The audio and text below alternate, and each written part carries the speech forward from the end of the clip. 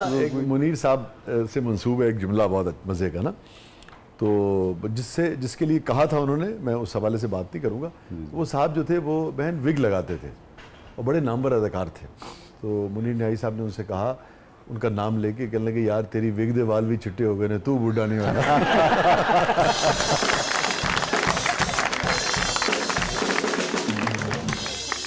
कैसा लगता है बाज़-औक़ात जब लोग कपल ज़िंदगी में सफ़र शुरू करते हैं तो अगेन जैसे बाज़-औक़ात बहुत जल्दी दुनियावी कामयाबियाँ मिल जाती हैं तो सारी दुनियावी कामयाबी है ना, और बाज़-औक़ात देर से मिलती हैं। जब आप देर से मिली अगर, या बहुत देर से मिले या थोड़ा देर से मिले, तो वो जो सफ़र का ये जो स्ट्रगल का पीरियड है, लाज़िमी बात है कि लाइफ पार्टनर फैमिली सब इकट्ठे गुजारती है। तो वो सफ़र कैसा था जब ये कहते थे कि नहीं मैं यही काम करूँगा और मुझे यही काम आता है और मैं इसमें ज़रूर एक दिन एक गैर मामूली इम्पैक्ट डालूंगा, मगर वो उसका नतीजा उस तरह से बरामद नहीं हो पा रहा था? जी बिल्कुल, ये मतलब जब स्टार्ट में हमारा निकाह हुआ था ना, तो मैं इनसे कहती थी कि आप जॉब कर लें। ये कहते थे कि नहीं, मैं जॉब वाला बंदा नहीं हूँ, मैं नहीं कर सकता जॉब।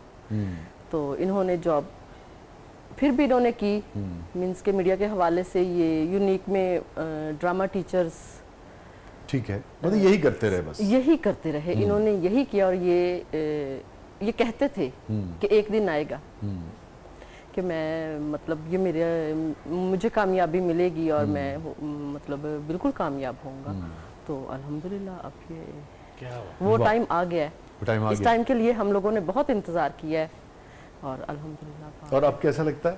बहुत अच्छा लगता है, बहुत अच्छा, प्राउड फील होता है। और आप भी लाजवाब तो इस फखर में इनके साथ हैं, इनका हिस्सा है। तभी इनका ज़्यादा कंट्रीब्यूशन, आपको ज़्यादा कंट्रीब्यूशन। देखें मेरा तो शौक था ना, तो मैं तो अगर सफ़र करता हूँ तो उनका इश्क अंग्रेजी वाला मोहब्बत ही था।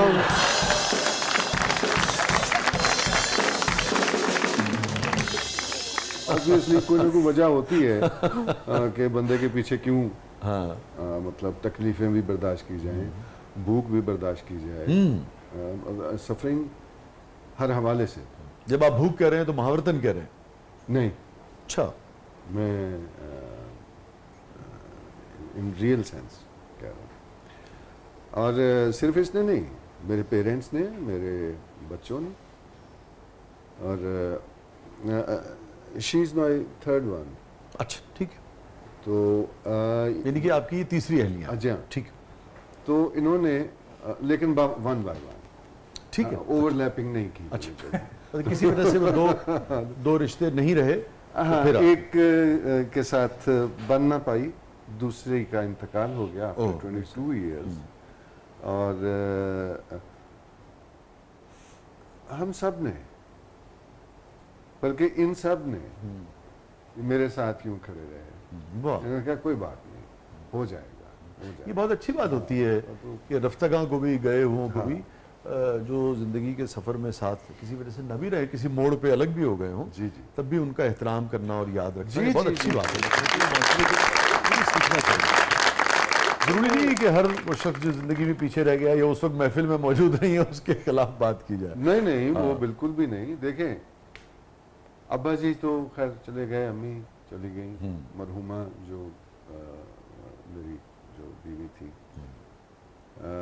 वो चली गई, लेकिन उन सब ने मेरा सिर्फ वो टाइम देखा जिसमें वो मेरे साथ वो सफरिंग में थे, स्ट्रगल में, स्ट्रगल में मैं था और वो मुझसे ज़्यादा स्ट्रगल, क्योंकि मेरा तो शौक था ना, उनकी मजबूरी थी, उनकी मजबूरी मैं था कि क्योंकि ये ऐसे मैं इनकम टैक्स डिपार्टमेंट में था और मैं बड़े अच्छे पैसे कमा सकता था, मैं सबको बड़ी खुशहाली में रख सकता, तो मैंने नहीं रखा।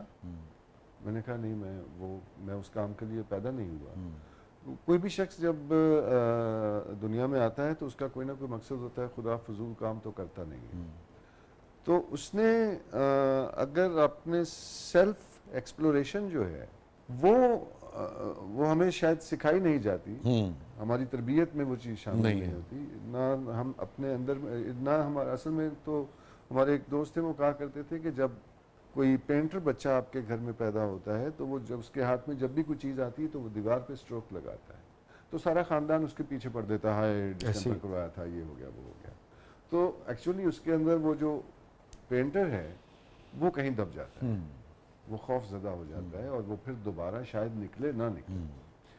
सो हमें अपने अंदर से ही जो फील हो वो करना चाहिए। बर्नार्ड शॉ ने कहा था जहाँ किसी का शौक और पेशा एक हो जाए उससे ज़्यादा खुशबख्ती हो। यस, क्योंकि कोई जिस शख्स का नहीं है, जिसने उसको एक्सपीरियंस नहीं किया, वो तसव्वुर भी नहीं कर सकता है। जी, यानी कि आप 30-30, 40-40 घंटे काम कर सकते हैं और सिवाय इसके कि बॉडी थक के गिर जाए, हाँ, आप नहीं थके होते। नहीं थकते, नहीं थकते।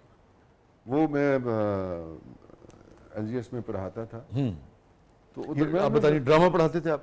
जी, मैं पंजाबी पढ़ाता। पंजाबी पढ़ाते थे, वाह वाह वाह। तो मैं दरमियान में जो मजदूरियाँ करनी पड़ती थी, लेकिन मैंने मजदूरियाँ वही की हैं जो इसी से जो related मैं रही। उस काम से लिखना पढ़ना, ह्यूमन जो जो एक्सप्रेशन है जहाँ। हाँ।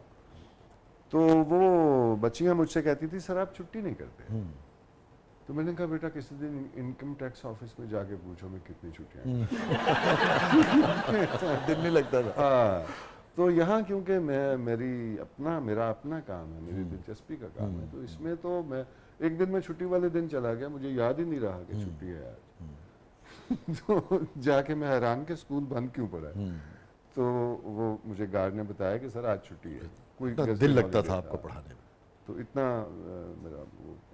हम बहुत सारी बातें आपसे करनी है, जो सेल्फ एक्सप्लोरेशन की आपने बात की, पर्सनल ग्रोथ की बात की, लिटरेचर की, और इतने सारे रूप हैं। सच्ची बात है कि आदमी हैरान हो जाता है कि जिस तरह से मैं देख रहा था कि आप कैरेक्टर को कैरी करते हैं, जो गेटअप्स हैं उसके ऊपर जितनी मेहनत करते हैं, क्योंकि हम अब जानते हैं हमारा तो यही काम है हम सबका कि वो अब तो गेटअप से मेरे ख्याल में डायरेक्टर्स और प्रोडक्शन वाले भी उकताते हैं। आर्टिस्ट कहता भी है तो कहते हैं रहने दे यार, तो घंटा लाएंगा इतनी देर जैसे 2 सीन फड़का देंगे।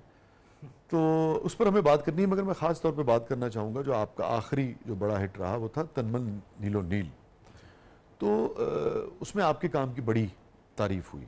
एक तो ये है कि माशरा बहुत सारी चीज़ों से गुजर रहा है, बहुत सारी चीज़ों को फेस कर रहा है, मगर ज़ाती तौर पे आपकी ऑब्जर्वेशन जो है इस किस्म का कैरेक्टर करते हुए वो सिर्फ स्क्रिप्ट तक होती है, या ये है कि इर्द गिर्द से आप चीज़ों को उठाते हैं, कैसे कंसीव करते हैं और फिर परफॉर्मेंस को कैसे मुख्तलिफ करते हैं? ये आप बड़ा अच्छा दिलचस्प सवाल है। मैं ये सोचता हूँ कि मैं वो किरदार हूँ, मैं उस किरदार को ओढ़ लेता हूँ या उसमें घुस जाता हूँ, कुछ इस तरह की चीज़ हो जाती है। कि आप देख लें कि मैं आज तक मैंने कभी ग्लिसरीन यूज़ नहीं की रोने के लिए। वाह। मैं रो पड़ता हूँ और सचमुच रो पड़ता हूँ, आंसुओं से रो पड़ता हूँ, बगैर कोई डायलॉग बोले उस कैरेक्टर को फील करके उसे। देखें आजकल मैं जो किरदार कर रहा हूँ, जैसे ज़र्द पत्तों का वन में बेटी का बाप है, उसमें भतीजी का ताया है और एक बिगड़े हुए बेटे का बाप है जिसका आप जिक्र कर रहे हैं, तनमन नीलो नील में। तो बेटी का बाप तो मैं हूँ, और अगर मेरी बेटी के साथ वो सब कुछ हो रहा हो तो मेरी क्या फीलिंग हो सकती है। तो मैं एक वक्ती तौर पे मतलब मैं अपने आप को मैं स्क्रिप्ट पढ़ते पढ़ते इमोशनल हो जाता हूँ, और मैं स्क्रिप्ट में खाली अपना किरदार नहीं पढ़ता। वाह। मैं पूरा स्क्रिप्ट पढ़ने की कोशिश करता हूँ ताकि उसमें मुझे अपनी प्लेसिंग का पता चले कि मैं कहाँ हूँ और दूसरे किरदार मेरे बारे में क्या सोचते हैं, मेरे बारे में अगर कहीं और किसी सीन में बात हो रही है जिसमें मैं नहीं हूँ तो वो किस तरह से। बड़ी अहम बात की मुझे। हाँ, तो इसलिए कि कोई भी शख्स आपके बारे में क्या सोचता है जी, जब आप उससे मिलते हैं जी, तो वो आपके चेहरे, आपकी बॉडी लैंग्वेज में कहीं ना कहीं नजर आता है। जी, जी, फर्स्ट लिए किसी ने बुराई की है और आप उससे मिले हैं, जी, अगर आप उस बुराई को भूलना भी चाह रहे होंगे तो भी वो कहीं ना कहीं आपके अंदर तो होनी चाहिए ना कि मैंने इसको माफ करके मैं मिल रहा हूँ। तो वो सारी चीजें जो है फिर हमें तो ये देखना होता है ना कि हमने पोर्ट्रे करना है वो कैरेक्टर जो लोग सोच